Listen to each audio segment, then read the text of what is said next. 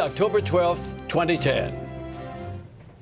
I mean, I don't want to have to struggle more than I'm struggling now. I mean, living paycheck to paycheck is bad enough. Imagine living half paycheck to still pay my mortgage and my electricity and do all of those things. It's a very scary feeling. It's a very insecure feeling. I'm very unsure about what will happen if I get laid off tomorrow. And as unemployment benefit runs out and layoffs continue, these are the feelings of more and more Americans over 50 years of age. Good evening. Welcome to an RLTV special report, Prime Votes, the Election 2010 News Desk. I'm Sam Donaldson, along with my fellow reporter and good friend, John Palmer. Thank you, Sam. Well, Ohio has been a political bellwether for decades now. No candidate in the last 12 presidential elections has won without winning Ohio. So when the Census Department announces that the median household income in Ohio dropped 7% and the unemployment rate is 10.1%, significantly above the national rate, well, politicians really begin to pay attention, and not just politicians. Older Americans are looking for work in increasing numbers. Just 12 years ago, about 12% of those over 65 worked. Today, that number has risen to 18%. And 8 years from now, these are the projections, more than 1 out of 5 Americans over age 65 will still be on the job, just like Sam and I are. Well, that's right, John. And no wonder, with the prices what they are today, and with incomes dropping, with money from the stock market or any other retirement fund disappearing, no wonder that older Americans have to work longer. And the question is, how long, however, can this go on? You know, back in June, Sam, President Obama made a trip to the state of Ohio. He was in Columbus, I think it was. And he said, the summer of recovery is about to begin. Well, it just didn't begin, and it didn't exist, and we're now in the fall.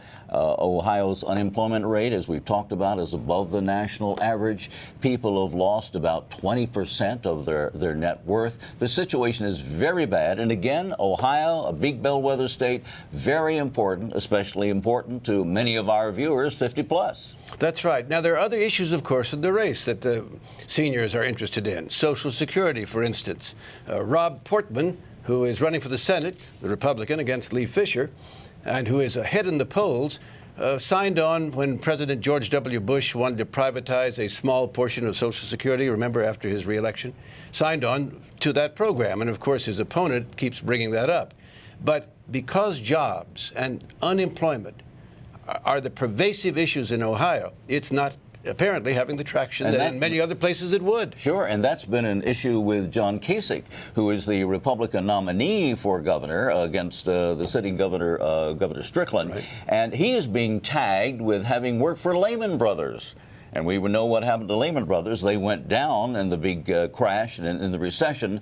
And the governor saying, you don't want this fellow to come in, even though he was, of course, chairman of the House Budget Committee and previously was a very popular figure. That's a very close race, though. It could go either way. It could go either way. But that's right. Wall Street is not popular anywhere in this country outside of Wall Street. And, of course, another issue is the mountaintop strip mining of coal. Now, in the Senate race, it's interesting. You say, well, who's supporting that and who's supporting not doing that? Neither of the candidates have taken a position. And often those who are not the incumbents, as we've seen in race after race, in state after state, those who are not the incumbent have an advantage because they don't have the baggage. You can't pin the economy and the bad situation about jobs and unemployment on them. No, you can't.